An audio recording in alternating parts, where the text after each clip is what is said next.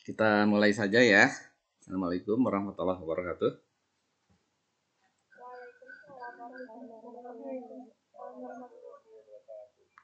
Alhamdulillah kita bertemu kembali di perkuliahan statistika.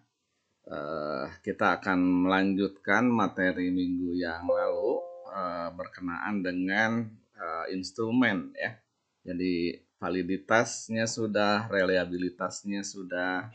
Nah, andaikan instrumen yang kita buatkan itu berupa instrumen kognitif, itu memerlukan pengolahan yang namanya daya pembeda dan tingkat kesukaran. Ya. Jadi insya Allah pada hari ini kita akan mencoba bagaimana cara mencari daya pembeda dan tingkat kesukaran. Bapak share screen mengenai teorinya berkenaan dengan daya pembeda dan tingkat kesukaran tersebut ya. Sebentar dulu sambil menunggu daya beda dan tingkat kesukaran itu sendiri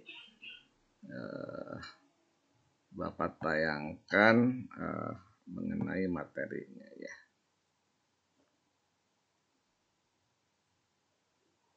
Sudah munculkah?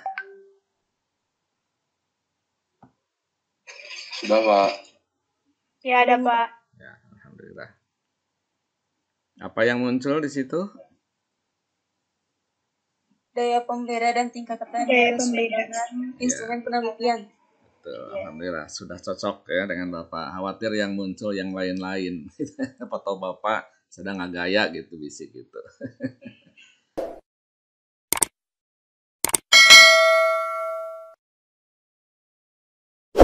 Ya, daya pembeda yang baik itu yang pandai tetap pandai, yang kurang tetap kurang. Dalam artian kualitas mengisinya ya. Jadi tidak terbalik kalau yang pandai menjadi tidak bisa, yang kurang malah jadi bisa ya. Itu soal yang kurang bagus. Dan tingkat kesukaran yang kita buat itu harus tersebar ya. Ada yang sedang, ada yang sukar ya, ada yang mudah. Nah, jadi itu harus ada dalam setiap soal itu. Jangan memberikan soal ke siswa itu mudah semua ya. Jangan memberikan kepada siswa itu sukar semuanya gitu. Itu pun kurang bagus ya. Nah, jadi yang bagus itu proporsi yang mudah dan yang sukar itu sebanding. Namun proporsi atau banyak soal yang derajatnya sedang itu harus lebih banyak ya. Bapak umpamakan kalau kita punya 10 soal, nah idealnya 5 soal itu dalam kondisi sedang ya. 3 soal mudah, 2 soal sukar gitu ya. Nah, jadi boleh antara yang sukar dan yang mudah itu terbalik, misalnya jadi sukarnya 3, mudahnya 2 itu boleh. Tapi yang sedang itu mesti lebih banyak ya. Jadi jangan dipukul rata. 3, 4, 3 itu pun barangkali terlalu ini ya yang sedang ya. Jadi harus, kalau menurut statistika itu harus berdistribusi normal ya gitu. Jadi bukan berarti adil itu sama rata gitu semuanya, tidak ya. Jadi proporsional, yang sedang itu lebih banyak daripada jumlah yang lainnya.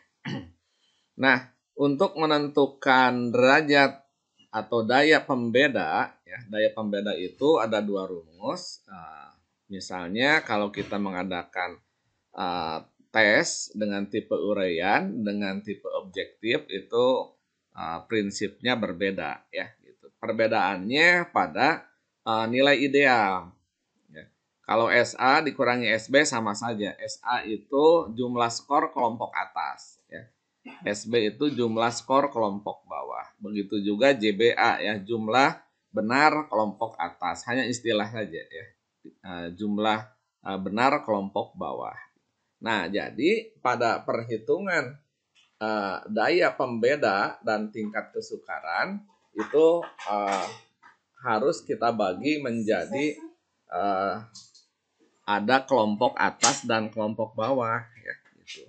Jumlah kelompok atas dan bawahnya itu mesti sama.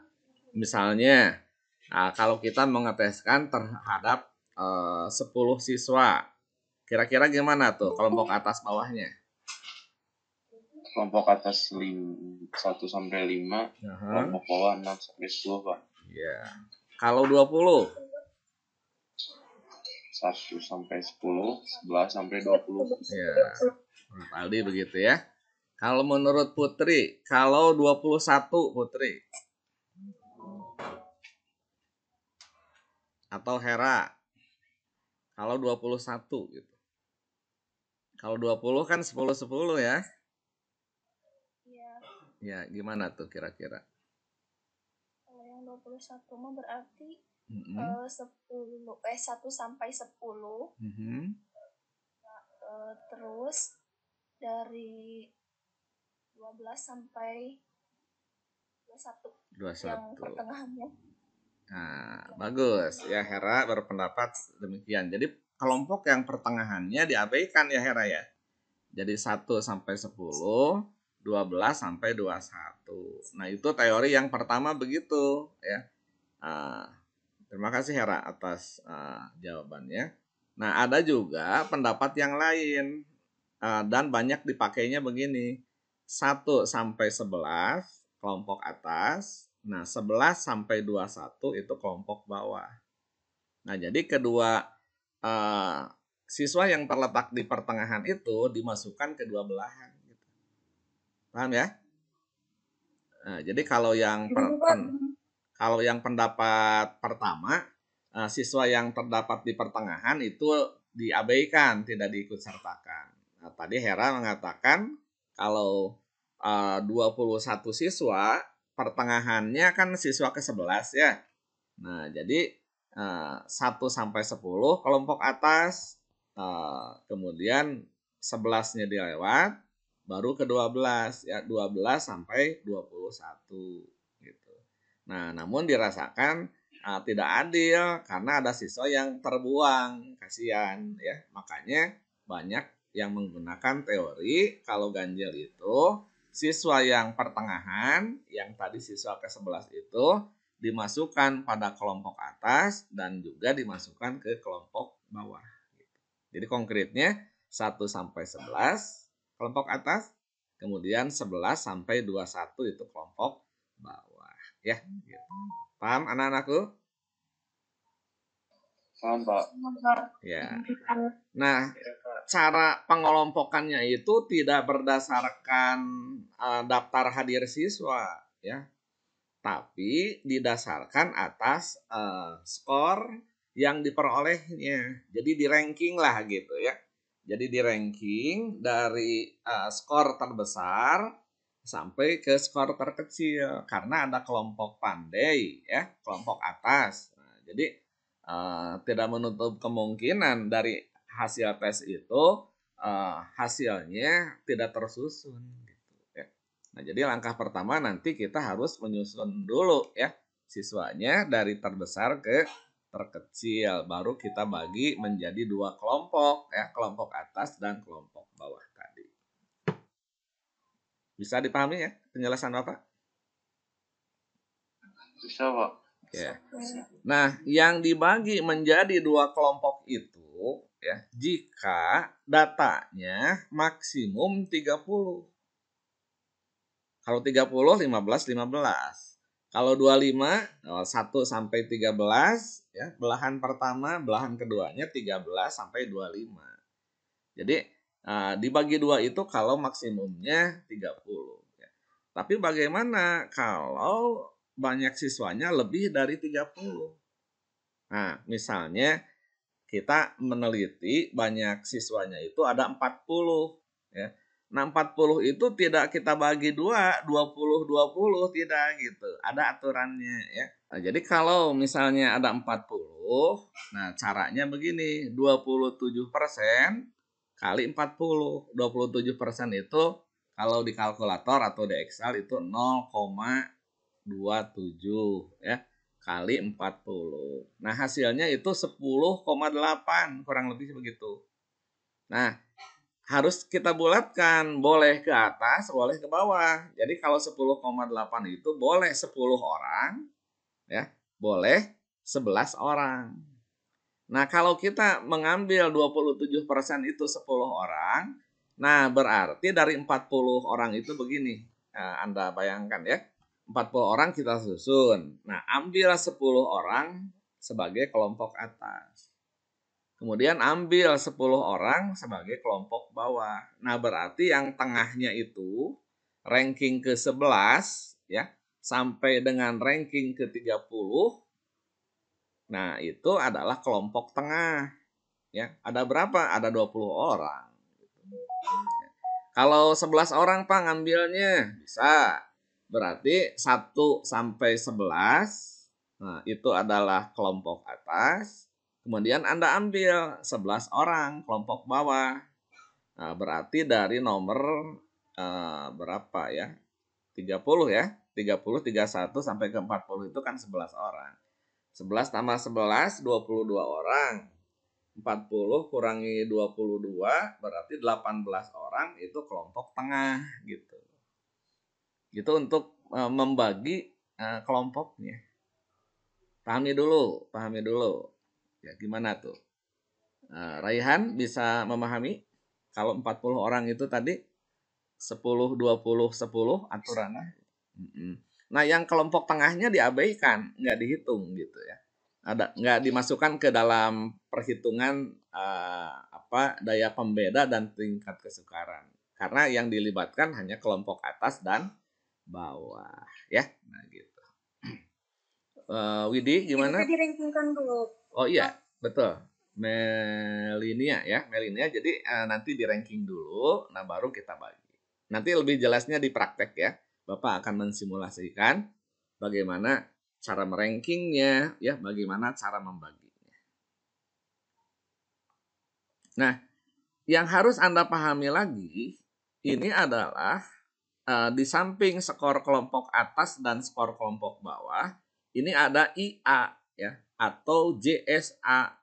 Nah, itu maksudnya adalah jumlah skor jumlah skor ideal ya. Ini skor ideal gitu. Maksudnya begini, kalau uraian itu. Uraian itu kan kita menentukan dulu bobotnya ya. Misalnya Bapak akan menilai dengan skala 5. Oh, berarti kan idealnya skornya 5. Nggak mungkin Bapak akan memberikan skor 6, 7, 10. Nggak mungkin. Karena Bapak memberikan skor idealnya 5. Nah, jadi itu yang dinamakan dengan skor ideal. Bapak mau menetapkan skor idealnya 10. Oh, berarti itu idealnya 10 gitu. Nah, yang dimaksudkan IA di sini ideal atas itu skor ideal dari butir soal tersebut dikalikan dengan banyaknya siswa kelompok atas saja. Ya. Jadi jangan seluruh siswa ya. Jadi setelah kita bagi berapa orang kelompok atasnya. Nah, Bapak contohkan lagi ya. Kalau 20 orang, kelompok atas dan bawahnya kan sama ya, 10-10 kan? Ya, Pak. Ya. Misalnya ideal per butirnya itu 5. Berarti berapa IA-nya? Kalau siswanya 20.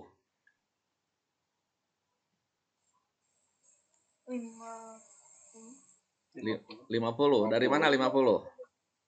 5 kali 10 kelompok atas. Idealnya kan 5, terus dikali kelompok atas 10. Iya, betul. Ya, berarti sudah pada paham ya. Nah, jadi skor butirnya idealnya 5, siswanya ada 10 gitu kan ya, karena tadi 20 orang. Kelompok atasnya kan 10. Nah, jadi nantinya IA-nya 50 ya, 5 kali 10. Nah, kalau 2 IA berarti 2 kali 50. Ya, gitu. Nanti dibaginya 100 ya. Nah, jadi ini perhitungan DP dan TK itu bedanya terletak pada pembagi dan pembaginya adalah 2 kali lipatnya, sedangkan pembilangnya kalau daya beda itu dikurangi, kalau tingkat kesukaran itu ditambah ya. Nah, jadi rumus ini nanti akan menghasilkan nilai. Nah, untuk menentukan derajat daya pembeda dan tingkat kesukarannya itu, ini dikonversikan, ya, dikonversikan pada tabel seperti ini. Boleh di screenshot dulu lah, ya. Rumus tadi sudah di screenshot, sudah dicatat. Sudah Pak. Sudah Ya. Nah, sekarang ini ya. Ya. Untuk daya pembeda itu kalau di bawah 0 itu sangat jelek. Misalnya negatif nantinya ya. Nah, itu daya bedanya jelek. Kalau antara 0 sampai dengan 0,2 berarti jelek. Ya. Antara 0,2 sampai 0,4 cukup. Ya, dan seterusnya. Ya, gitu. Ya, silahkan di screenshot dulu ya. Begitu juga untuk tingkat kesukaran. Ya, kalau 0 terlalu sukar. Ya. Kalau antara 0 sampai 0,3 suka R. Ini kurang R ya. Gitu. Sukar. Antara 0,3 sampai 0,7 sedang. Ya, antara 0,7 sampai 1 mudah. Dan kalau TK-nya sama dengan 1 itu terlalu mudah. Ya, gitu. Ya. Paham ya? Yes, sir. Ya, Pak. Iya. Bapak stop dulu untuk itu. Nah, setelah kita memahami rumus ya, daya pembeda dan tingkat kesukaran serta sistem konversinya, kita akan mencoba bagaimana cara menentukan daya pembeda dan tingkat kesukaran tersebut. Ya.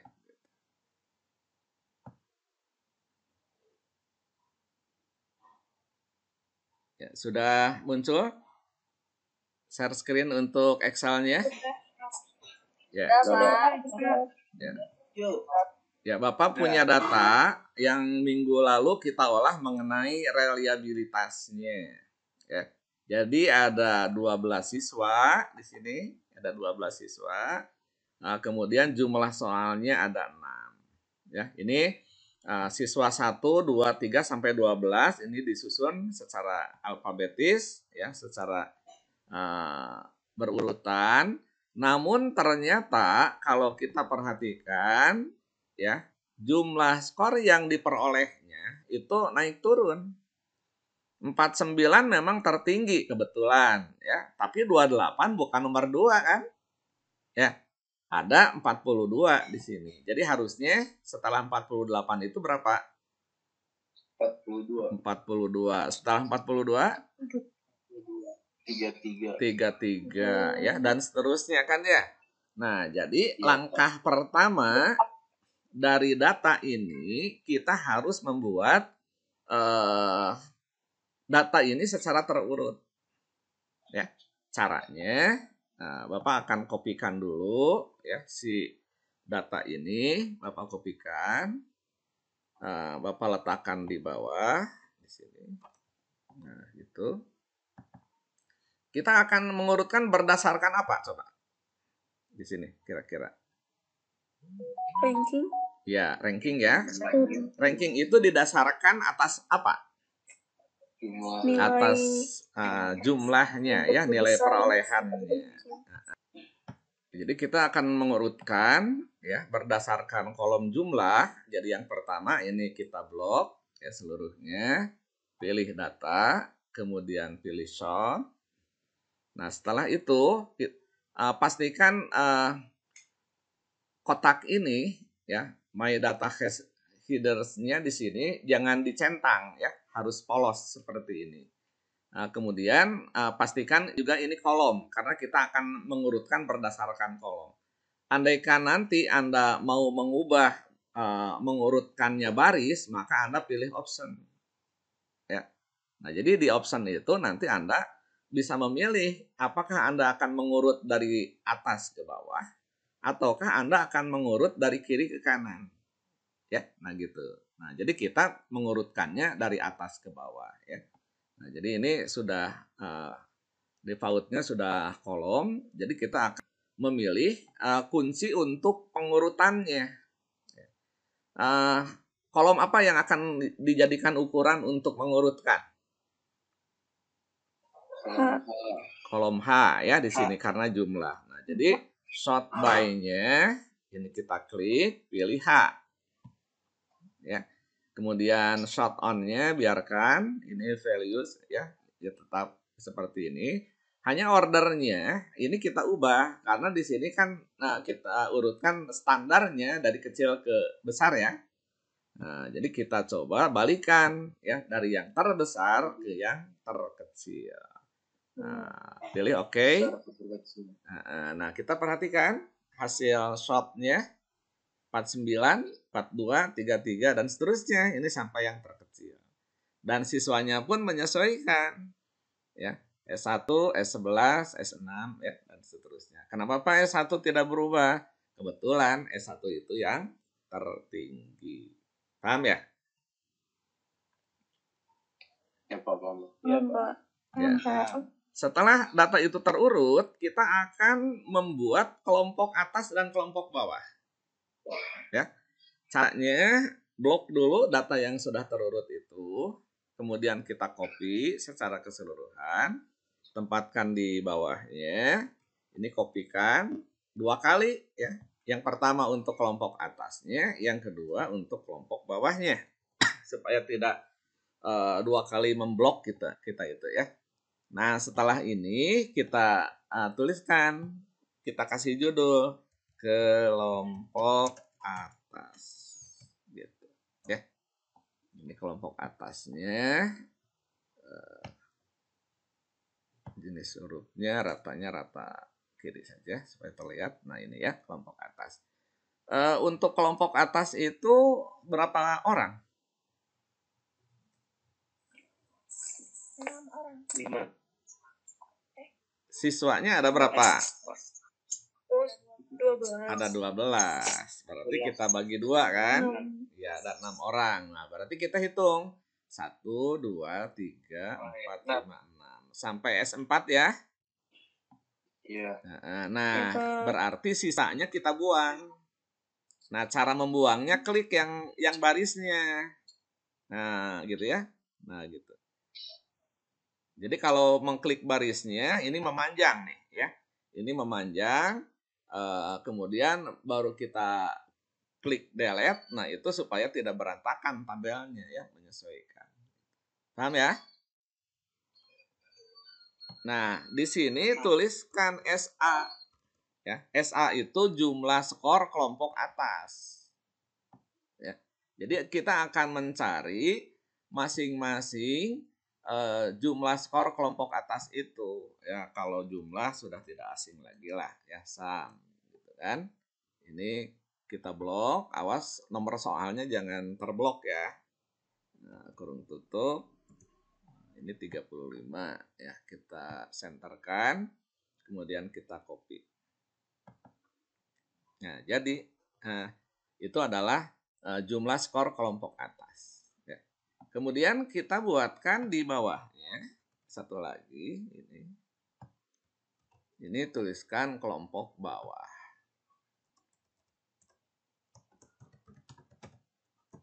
Nah, berarti siswa kelompok atasnya kita buang ya, siswa 1 sampai siswa 4. Ya, karena sudah merupakan kelompok atas.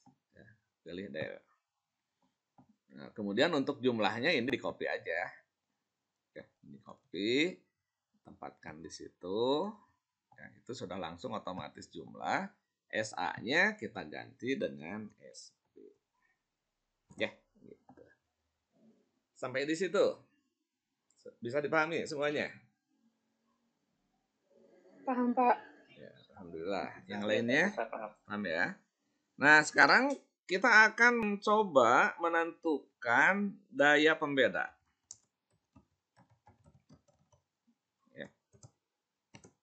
Tadi yang menulis rumus, ya apa rumus DP? JBA dikurang JBB per JSA. Nah, per JSA. Ya. Nah, Bapak tuliskan di sini DP1. Itu artinya daya pembeda soal nomor 1. Nah, Bapak tidak menuliskan rumus lagi, langsung saja ke nilai ya. Ini Bapak munculkan dulu nilainya. Berapa kurang berapa? JBA-nya berapa? Atau SA-nya berapa? Untuk nomor 1. JBA 8. JBA itu sama dengan SA. SA nomor 1, ini kan? 35. 35. Nah, 35. dikurangi SB atau JBB. SB-nya 11. 11. Kurung tutup. Nah, sekarang awas. Menghitung nilai ideal. Nilai ideal itu anggap saja ini skor idealnya 10. Ya, kan di sini yang tertingginya 10 ya. Atau perjanjiannya di awalnya 10 gitu. Kalau tidak ada 10 juga, kalau skor idealnya 10 ya tetap 10 ya. Jadi bukan skor ideal itu skor yang paling tinggi di sini, bukan. Ya. Tapi nilai yang kita tentukan awalnya kita menggunakan skala apa gitu, skala berapa ya. Nah, jadi skor idealnya Bapak tetapkan 10. Ada berapa siswa? 6. Ada 6 ya. Jadi jangan terbalik dengan siswa keseluruhan ya. Tapi siswanya siswa kelompok atas saja ya. Nah, jadi 6 kali 10. Jadi berapa? 60. Nah, si 6 itu mohon maaf nantinya jangan tertukar dengan banyaknya soal. Ini banyak yang keliru ya. Ini kebetulan di contoh yang Bapak berikan ini 6 soal, 6 siswa gitu ya. Padahal 6 di sini bukan 6 soal tapi 6 siswa ya. Nah, jadi cara mencari DP nomor 1 tuh begini. Ya, tinggal kita hitung dengan Excel. Kira-kira gimana rumusnya? Sama dengan kurung buka 35 dikurangi 11 kurung tutup per 60. Enterkan. Nah, jadi ini berupa nilai ya. Nilainya itu adalah 0,40. Nah, tadi ada yang mencatat konversi untuk daya pembeda. 0,40 termasuk apa? Sedang. Ya, termasuk sedang ya. Jadi Anda kasih keterangan di sini termasuk sedang. Gitu ya? Paham? Ya, Pak. Ya. Coba sama-sama sekali lagi. DP nomor 6.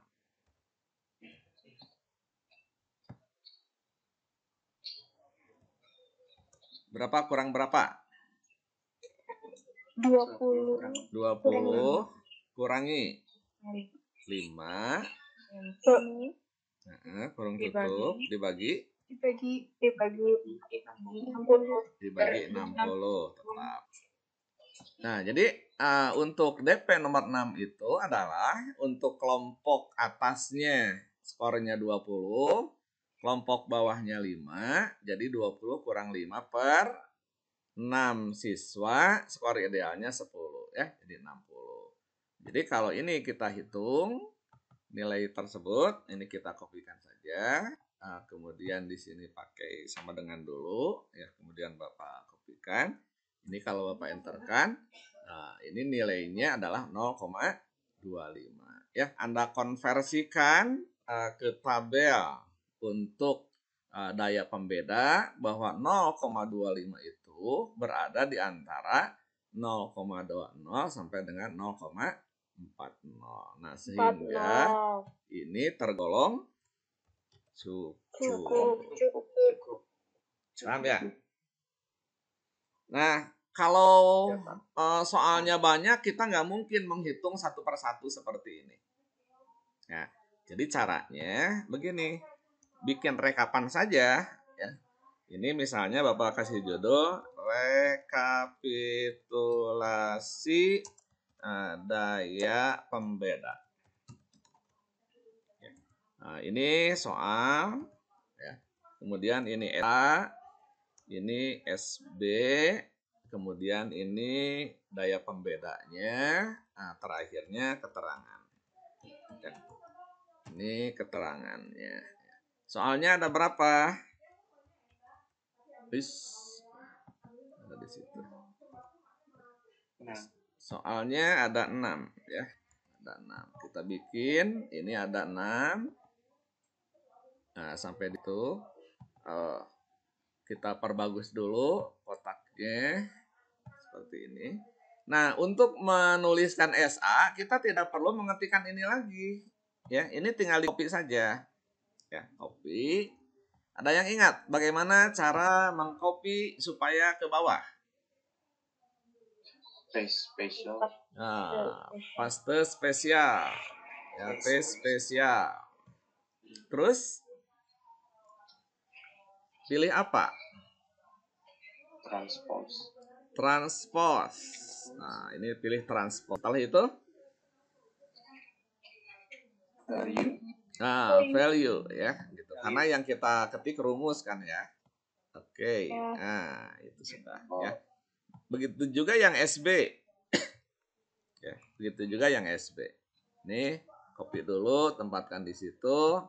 Pastenya spesial, ya, paste spesial, kemudian transpose dan value. Kemudian klik OK. Ya, itu sudah ada ya. Masukkan rumus DP sama dengan kurung buka. Iya. Apa kira-kira? 35. Ya, SA-nya diklik, dikurangi. SB-nya diklik, kurung tutup, terus per 60 enterkan. Nah, hasilnya kan sama ya. 0,40 sama dengan 0 ini. Nah, ini bisa kita copy. Nah, ternyata yang nomor 6 itu 0,25 sama. Ya. Gitu. Nah, keterangannya ini apa? Sedang ya, sedang atau cukup juga sama ya. Boleh kita menggunakan yang mana aja. Mau pakai fungsi if boleh ya. Tapi karena belajar fungsi itu sudah, Bapak tidak mengulang lagi, tapi Bapak manual aja ya. Tapi nanti Anda mencoba belajar secara otomatis ya pakai fungsi. 0,5 termasuk apa? Baik. Baik. Ya, ini baik. Kalau 0,22? Cukup. Nah, cukup atau sedang ya? Cukup. Iya. Ya, sedang tadi ya. Cukup. Ini juga sama, ini juga sama. Yang 0, sedang juga sama ya. Nah, jadi ini kesimpulan kita ya untuk perekapan masalah daya pembeda. Nah, jadi nanti kalau Anda memiliki instrumen dengan tingkat daya bedanya sedang dan baik, itu layak ya Anda gunakan. Paham ya?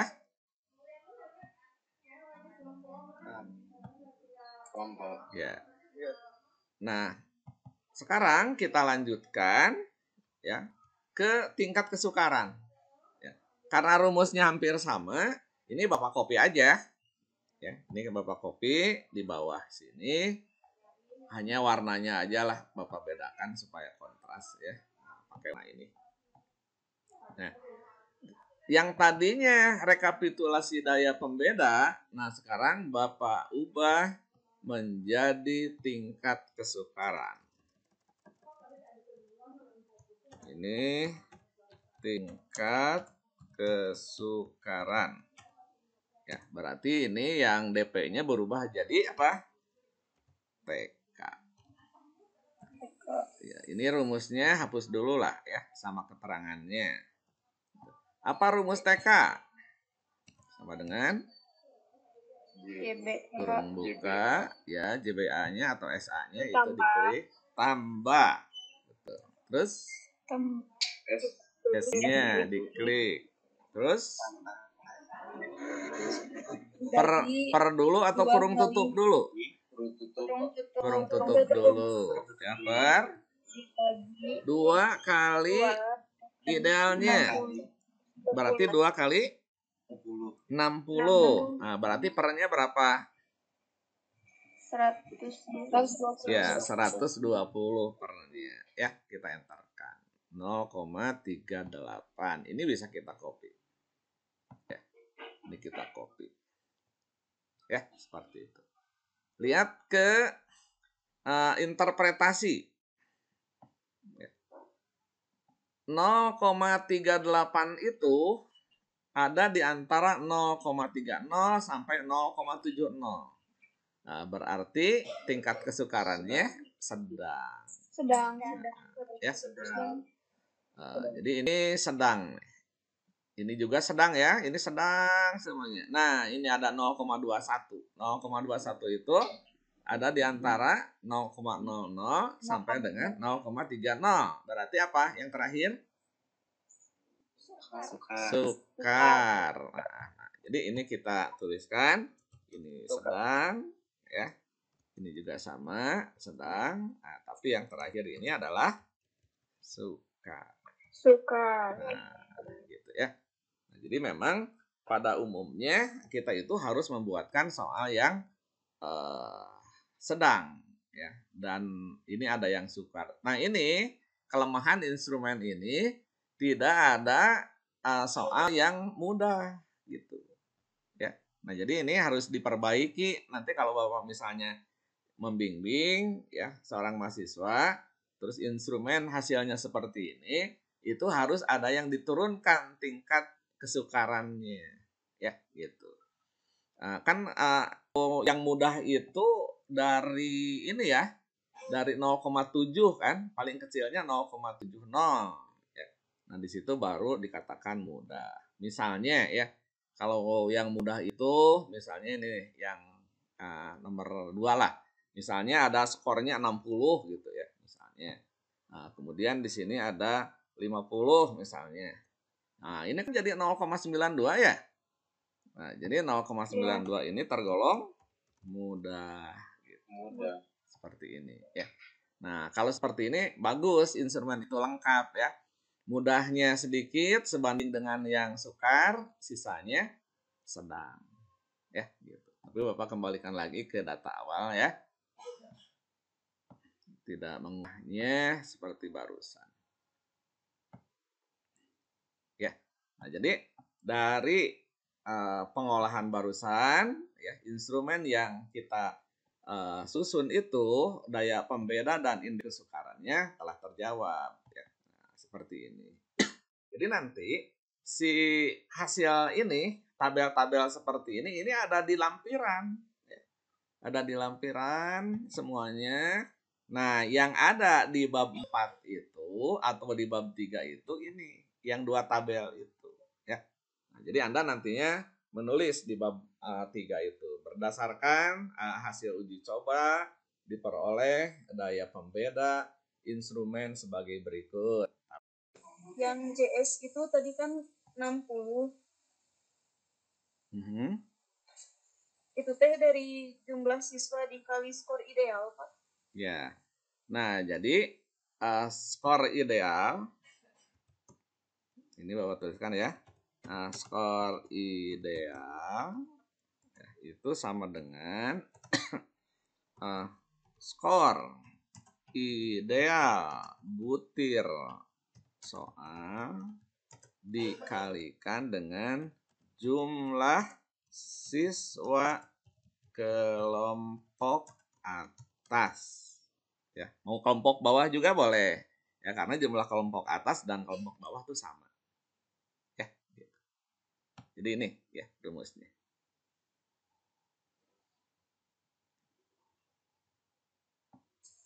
Oh iya, Pak. Skro. Bukan skro ya. Skor ini terbalik kok. Nah, Bapak. Tos rero, tos sonten ngajarna ya, teu enjing-enjing. Iya, Pak. Banget, Pak. Iya. Pak, tadi pas mengisi tabel yang kuning yang rekapitulasi daya bungkusnya kan ada option paste gitu, Pak. Itu digimanain tadi? Yang pas ngisi SA sampai SB. Oh, jadi kalau di Excel itu, kalau kita sudah mengetikkan satu, misalnya sedang ya, ini kan ya. Nah, misalnya ini baik. Nah, begitu kita mengetikkan mau sedang, pas itu langsung sedang. Karena sudah ada di atasnya. Kalau kita mau mengetikkan baik, pas B itu sudah baik gitu. Coba tuh, kan ya? Itu mungkin yang ditanyakan? Bukan itu, Pak. Tadi ada yang apa tadi? Yang pakai spesial gitu, bukan, Nak? Iya, yang itu. Oh, yang PES spesial, Pak, yang transport. Ya. Oh, spesial. untuk mendapatkan nilai SA. Nah, itu, Pak. Iya, Pak. Ini dari sini ya. Nah, jadi gini, kalau kita memblok, ini kan coba diperhatikan ya. Yang kita copy itu rumus ya. Jadi bukan 35, bukan kan? Tapi rumus ya. Nah, misalnya ini Bapak copy. Ya. Nah, misalnya Bapak mau menempatkan di sini nih. Ya. Nah, itu kan ditranspose ya. Jadi transpose itu adanya di paste spesial. Nah, ini ya, ada. Transpose itu artinya mengubah yang tadinya baris itu menjadi kolom.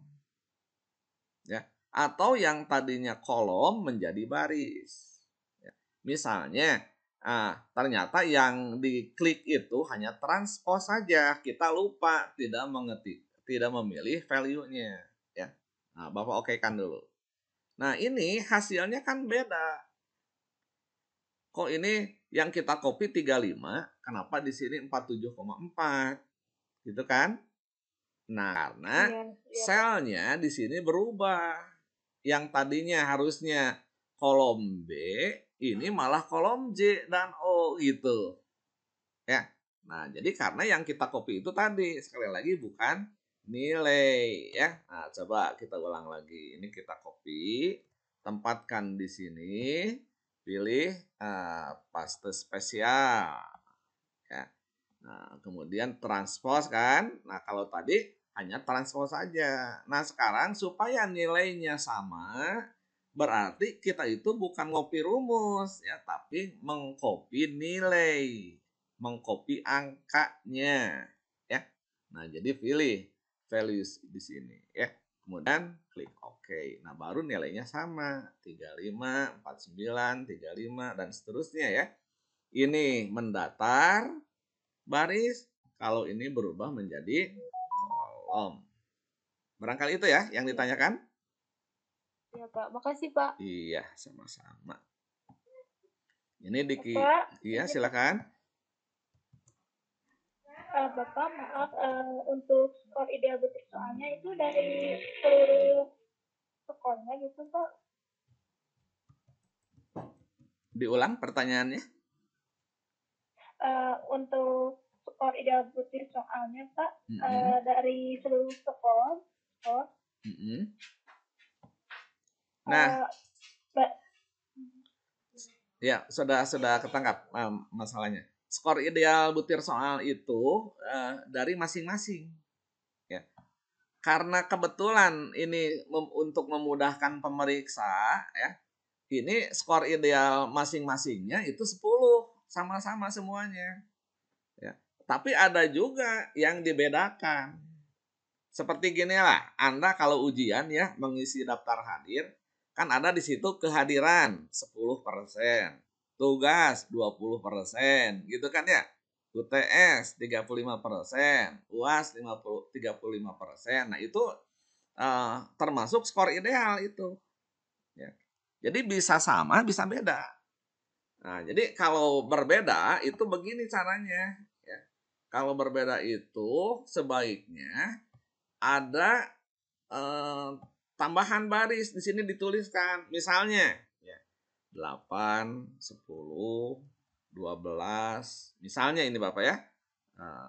5, 5, 8, 8 misalnya. Jadi ini skor idealnya gitu. Dari mana skor idealnya itu? Ya kita tentukan.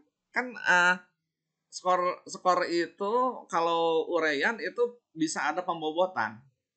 Misalnya maksud pembobotan itu begini. Soal nomor 1 ini udah skornya 5. Ya, karena jawabannya juga pendek. Tapi skor nomor 2 ini jawabannya misalnya sangat panjang, soalnya analisis. Oh, ini skornya 20 gitu. Kalau di matematik begitu ya, kalau dalam eksakta. Mungkin kalau dari bahasa Bapak kurang tahu, sepertinya ya. Jadi itu bobotnya sama gitu ya. Jadi dipukul rata saja, mau 10, mau 5, silakan gitu. Begitu ya, menentukan skor ideal itu. Ya, Pak. Ya, Terima kasih. iya, jadi Pak, kalau misalkan skor ideal itu tergantung kita yang menentukan. Betul, betul. Yang tahu kan pembuat soal. Ya, gitu. Nah, yang gampang itu kalau pilihan ganda. Oh iya, baik. Itu satu semuanya ya gitu. Jadi kalau pilihan ganda mah mudah, tinggal banyaknya siswa aja ya, karena satu itu skor idealnya.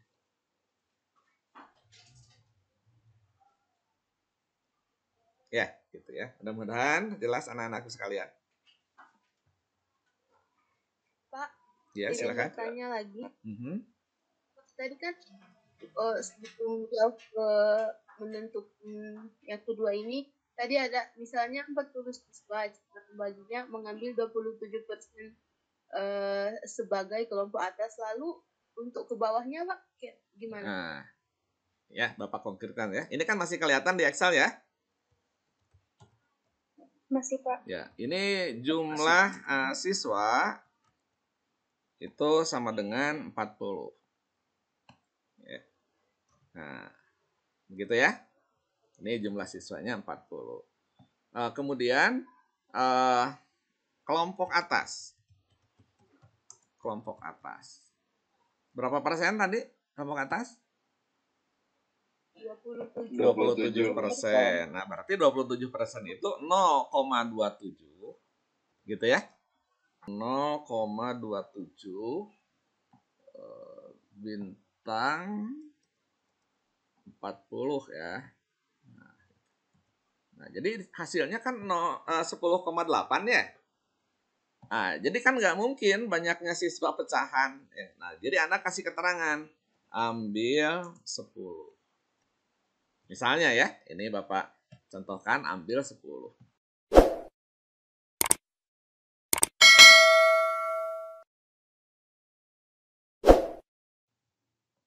Nah, setelah kita tentukan kelompok atas yang diambil sebanyak 10 orang, maka untuk kelompok bawah pun ini mesti sama ya.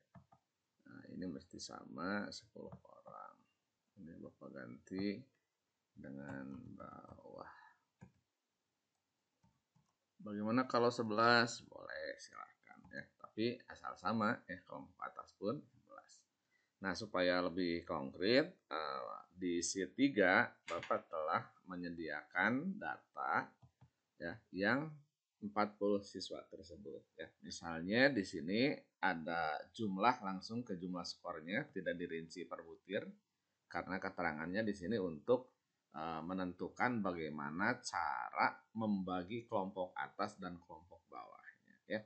Jadi kita lihat di sini ada nomor 1 sampai dengan 40, begitu juga kode siswanya ini sampai 40 juga ya. Skornya kalau kita lihat ini 23, 34 naik ya, 66 naik, tapi 55 turun lagi. 44 turun lagi, 66 naik lagi. Nah, jadi di situ masih random ya, jadi masih belum teratur. Nah, tugas kita sebelum menentukan kelompok atas dan bawah itu, atau sebelum kita membagi ini terdiri dari kelompok tersebut, ini harus kita susun dulu ya. Jadi caranya kolom siswa dan skornya kita blok secara keseluruhan, ini sampai ke 40 ya. Tadi pilih data, kemudian short. Ini akan kita urut berdasarkan kolom D, berarti short buy-nya ini kan muncul bukan kolom ya, siswa dan jumlah malah yang munculnya. Nah, ini artinya bahwa my data hash headers-nya di sini aktif ya. Jadi ini kita buang dulu. Nonaktifkan sehingga ini yang muncul adalah kolom ya. Kita berdasarkan urutannya ini kolom. Kemudian ordernya ini kita coba susun dari terbesar ke terkecil ya. Kita perhatikan perubahannya, kita klik OK. Nah, sehingga ini terlihat ya sebarannya dari yang tertinggi ya 98, 95, 90 ya dan seterusnya sampai siswa yang skornya terkecil. Ya, ini 23 ada 3 orang. Jadi sengaja untuk yang nomornya tidak usah kita blok. Ya, tapi siswanya harus, karena kalau siswanya tidak kita blok nanti tidak ikut tersusun. Kita bingung ya, yang terendah itu siswa mana, nantinya akan berubah. Nah, setelah ini kita tentukan ya untuk kelompok atasnya itu kan 27%. Ya, Bapak ulang ya. 27% itu 0,27 ya, kali ya, berapa orang siswanya 40 ya. Nah, jadi ini kan tadi diambil 10 ya, ini diambil 10 orang ya untuk kelompok atas. Nah, ini ataunya sudah mendahului ya kelompok atas atau kelompok bawah. Jadi masing-masing sama 10 orang. Jadi caranya ambil 10 orang pertama. Nah, berarti urutan 1 sampai 10. Bapak kasih tanda untuk yang kelompok atasnya misalnya berwarna hijau ya. Biru. Nah, jadi betah hijau nih. Ini jadi kelompok atas. Nah, bagaimana untuk kelompok bawahnya? Nah, kelompok bawahnya 10 terakhir. Nah, berarti ini 10 terakhir itu dari 31 ya. Nah, ini Bapak kasih tanda warna lain. Ya, ini yang kurang terang ya. Bapak ganti warnanya. Misalnya dengan warna kuning aja ya. Nah, jadi ini adalah kelompok bawah. Gitu ya. Nah, bagaimana yang sisanya yang putih ini? Nah, inilah yang dinamakan dengan kelompok tengah. Nah, jadi kelompok tengah ini dalam perhitungan daya pembeda dan tingkat kesukaran itu tidak dilibatkan ya. Nah, jadi seperti ini. Bapak perkecil supaya layarnya muat ya. Nah, jadi untuk selanjutnya untuk menentukan daya bedanya sendiri ya ini SA-nya ya. Ini SA-nya, ini SB-nya. Kalau diumpamakan untuk butir soal nomor 1, butir soal nomor 2 ya dan seterusnya. Didasarkan atas dua kelompok atas dan bawah yang diambil dari 27%. Ya. Dari mana 27%? Yaitu ketentuan para ahli ya. Nah, jadi kita pakai saja. Nanti kalau Anda mau menekuni tentang dari mana asalnya kok kenapa 0,27, banyak membaca buku evaluasi ya, banyak membaca buku tentang statistika ya. Nah, untuk sementara terima saja dengan keimanan ya bahwa 27% itu harus kita gunakan untuk kelompok bawah dan atas. Jadi langkah-langkahnya sudah bisa dicerna ya? Ya, Ya. Nah, tugasnya itu begini. Dari tugas reliabilitas yang kemarin dikumpulkan, Anda bikin sheet baru, ya. Anda bikin sheet baru, kasih rename ya sheet-nya untuk daya beda dan tingkat kesukaran. Supaya singkat namanya DP dan TK. Nah, Anda berlanjut olah data yang kemarin itu. Nanti yang kemarin dikumpulkan, yang reliabilitas. Kalau Datanya tidak berubah. Datanya langsung aja jangan yang latihan, yang tugas aja. Supaya tidak double ya. Karena untuk perhitungan TK dan DP tidak terlalu susah. Jadi Bapak pandang latihannya cukup lah gitu ya. Siapa kemarin ada yang min itu gimana Pak? Gimana? Yang rehabilitas, ada yang hasilnya min gitu. Oh, ya nggak apa-apa. Jadi untuk reliabilitas yang hasilnya negatif itu diakibatkan karena soal-soalnya banyak yang tidak valid. Betul Pak. Gitu ya. Demikian anak-anakku sekalian, waktu juga yang memisahkan kita ya dari awal sampai akhir. Kita telah membuktikan bagaimana cara menentukan suatu instrumen itu memiliki daya beda yang baik atau tingkat kesukaran yang cukup, yang sedang, sukar, ataukah mudah. Ya, mudah-mudahan bermanfaat. Sekian, Assalamualaikum warahmatullahi wabarakatuh.